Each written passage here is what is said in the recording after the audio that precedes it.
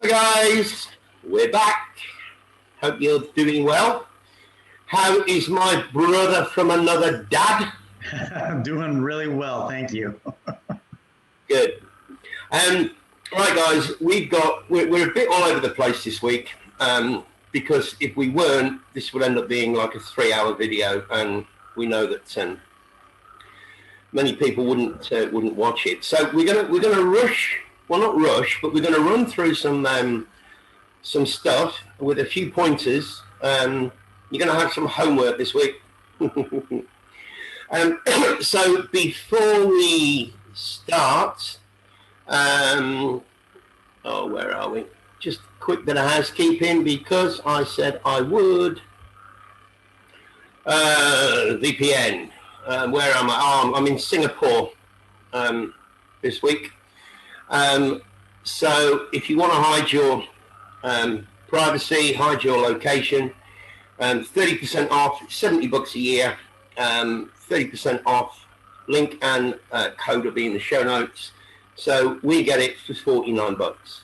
And as I always say, what do Harry and I get out of it? 30% discount, same as you. Nothing but the discount, yes. Absolutely. So yeah, again, link and promo code will be in the show notes. So let's not mess around. Let's get straight into this. As I say, it's a little bit over the place in the beginning. All right, this is a photo, a screenshot that I took from Martin Leaker's recent video showing London around early 1900s. The number of people, look at the people on the trams, and they're all wearing the same kind of clothes. Ladies' hats are all pretty much the same, and gents' hats are all pretty much the same. I just thought it was interesting. Nigel, it looks like they're all wearing their Sunday's best. Yeah. They're all, smartly dressed. I brought this one in. If you remember, guys, from the last video where we showed the two horses with all the logs on that sled. There's 6 horses here pulling this tram. So it just reinforces that the one we showed last time is wrong. Bollards. Yeah. And lastly, this is a motor repair shop. If you look on the left, motor vehicles, electric, steam, and petrol. Well, they sure had more variety than we have today. And petrol is not the first one on the list. It's the last one. Yeah. So just throwing that in as a point of interest. All right. So we're going to point you to a video that was put up by Mick on Rebel Without a Pause. I'll put the link below. Harry and I are going to scoot through some important points just to get your thoughts, and then but you really must watch this video, guys. It's it's the most mind-blowing video that I've seen on this topic. Yeah, and I think you probably got to watch it more than once. I watched it twice. Yeah, and you probably want to take some notes because not everything on there is something you probably have studied before. Absolutely. Yeah, you want to probably go back and look into some of the terms and things that he's talking about. Well, I think what piqued his interest was the flat fact video, where she showed that all maps are wrong, because the Tropic of Capricorn and the Tropic of Cancer should not be called as such. They would have been there like 2,000 years ago. We're not in that part of the Zodiac. So referring to them as Tropic of Cancer and Tropic of Capricorn, you couldn't navigate by the stars. Yeah. So that was probably the most monumental statement that Flat Fact channel put forth when I first subbed to that channel. And no one else, I have never heard anyone else talk about that topic like she did. No.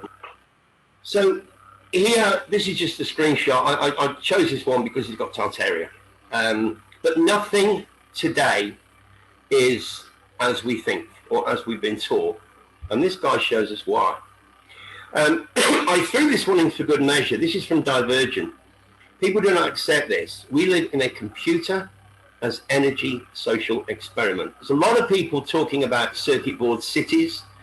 When the Buildings Cry is a good channel, as well as Jen on Truth Seeker. Circuit board cities. And this was another interesting one. Forbidden Reset Destruction, Dog Humans, Sodom and Gomorrah, Dead Sea, Canaan, God Bible. Well, if you remember in the last couple of videos ago, we showed this depiction. Canaanite, just throwing it out there. And that number 9. Yeah, K9, yeah.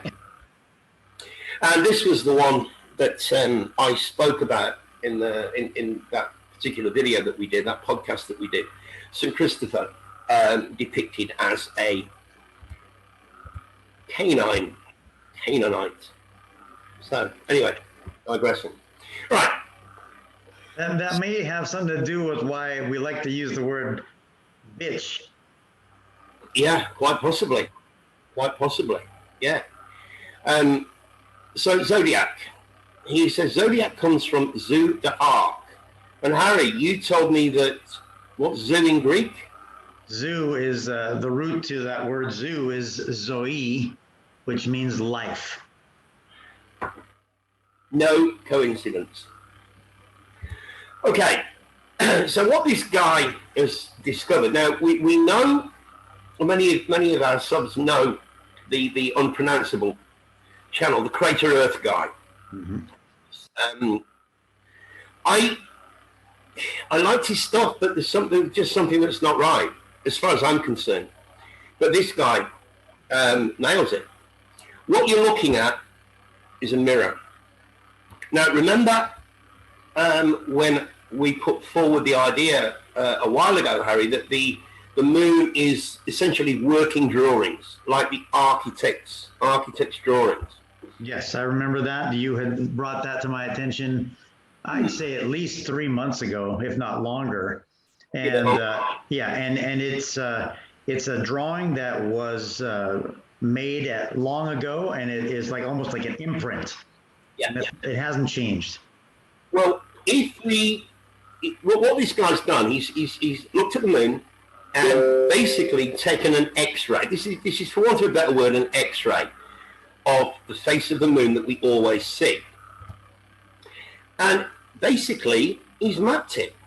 All of the continents and countries on Earth are shown in that X-ray on the moon. All of them. If I'm going too fast, guys, just pause the video. So Australia, Tasmania, USA, Mexico, Brazil, it's all there. And there is the time. Now, you're 15 hours behind me, Harry, aren't you? Yeah. So until we change our time here in California, and then we'll be 16 hours difference. So what he's done, he's named this land over on the left, Terra Vista, and you'll see why. So there's the X-ray, there's the moon. X-ray, moon. Sorry, I got notifications coming in again. X-ray, moon, identical. So then he says, what about this land over here? This, what did we say it was called? Terra Vista. Well, okay. The known Earth, our known Earth, part of a bigger realm. So all of the land to the left, well, anything outside of the lit circle would be frozen. Some people might remember this guy from the 60s when he was talking about the moon being plasma. Mm-hmm. And we know that we can see daylight through the moon. I took a video, I'm not sure if it's on this channel or if it was on the one that got taken down.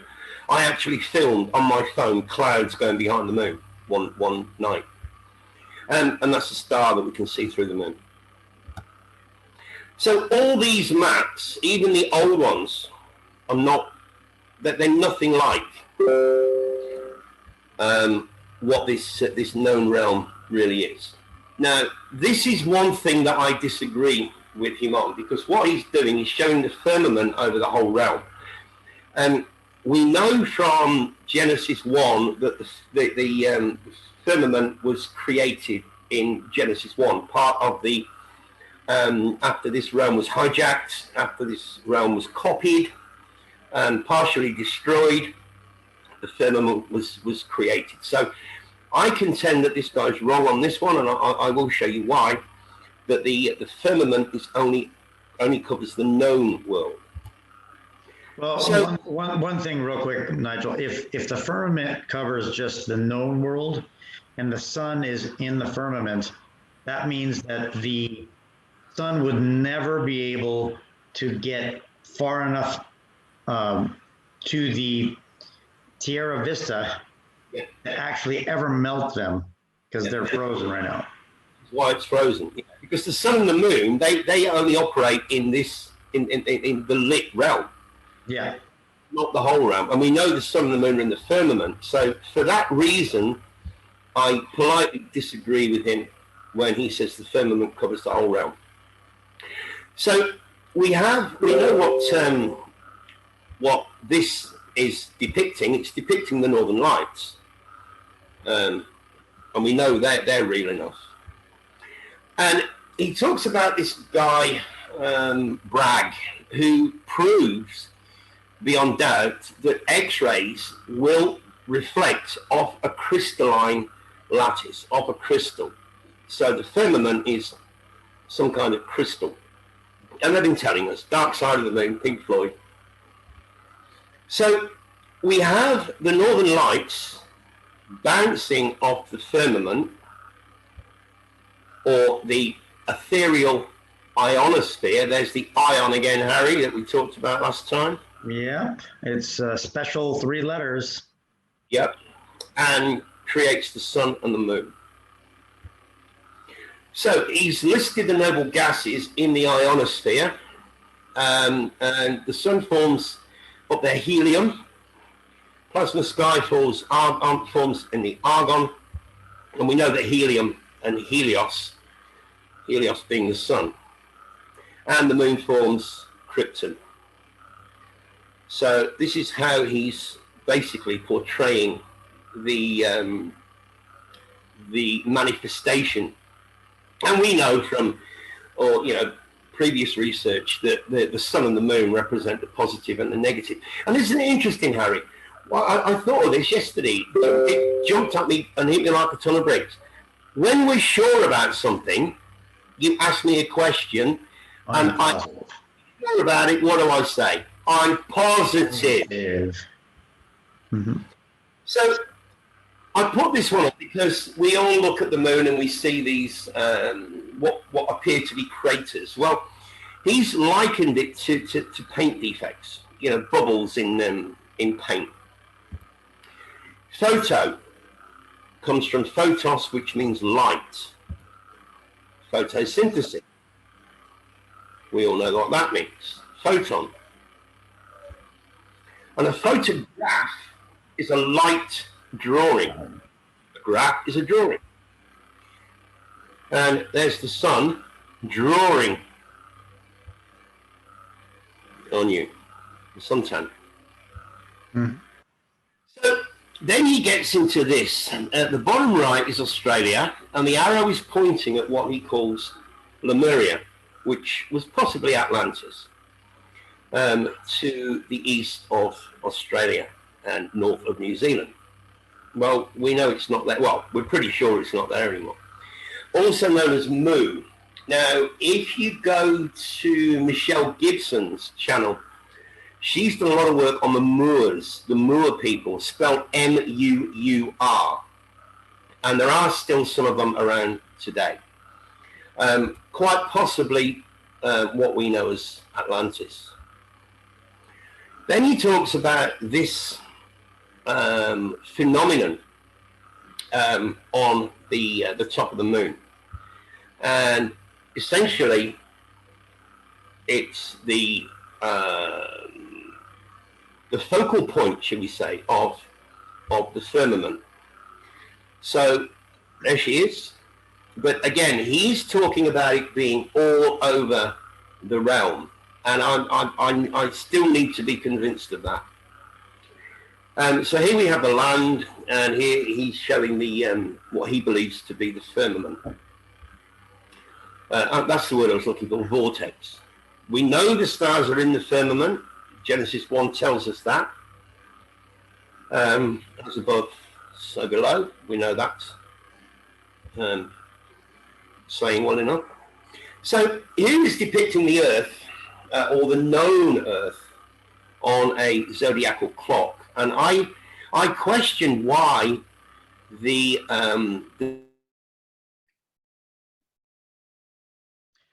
I think we have the sections, lost. Oh, yeah, we lost the bigger ones, but as you said.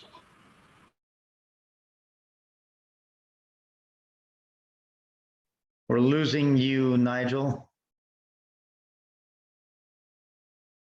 And we lost, oh, yeah, we lost. Yeah.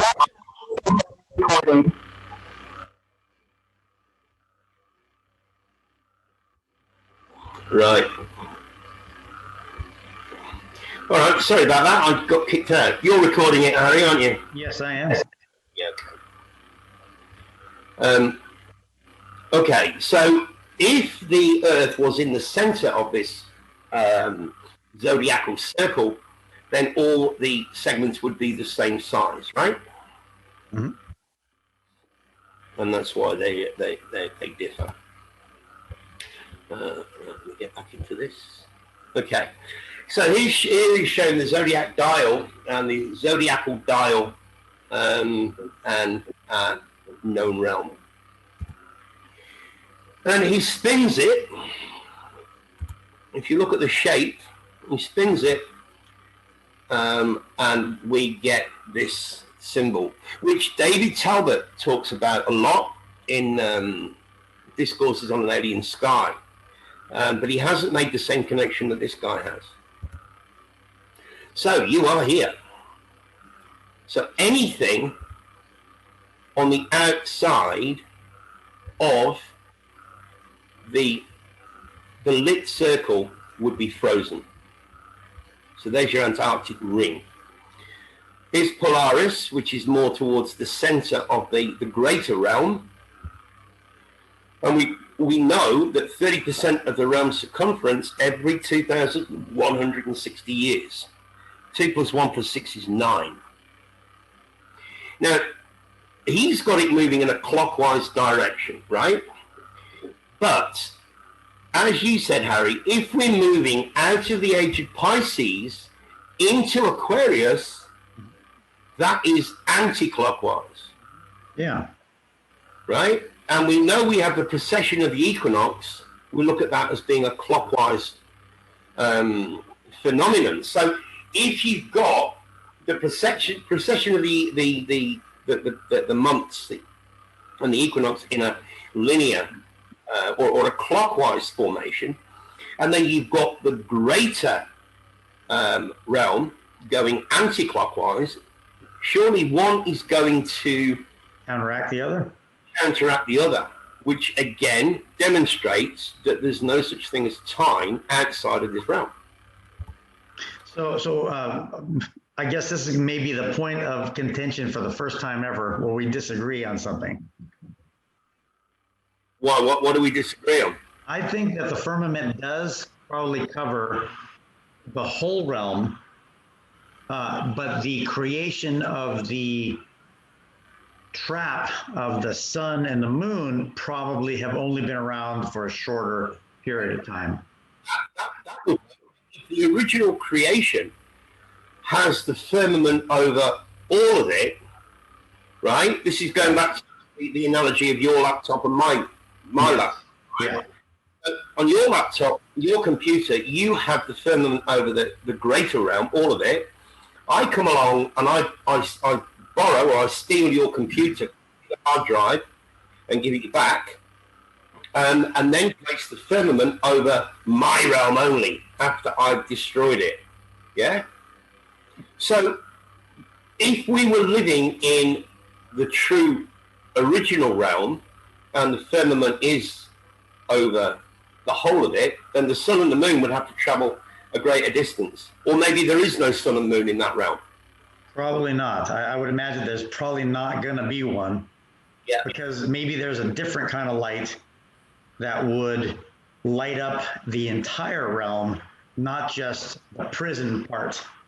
Again, when we get back to Genesis, let there be lights, and there was light. Well, where did that light come from? Because the sun hadn't been created at that point in the story.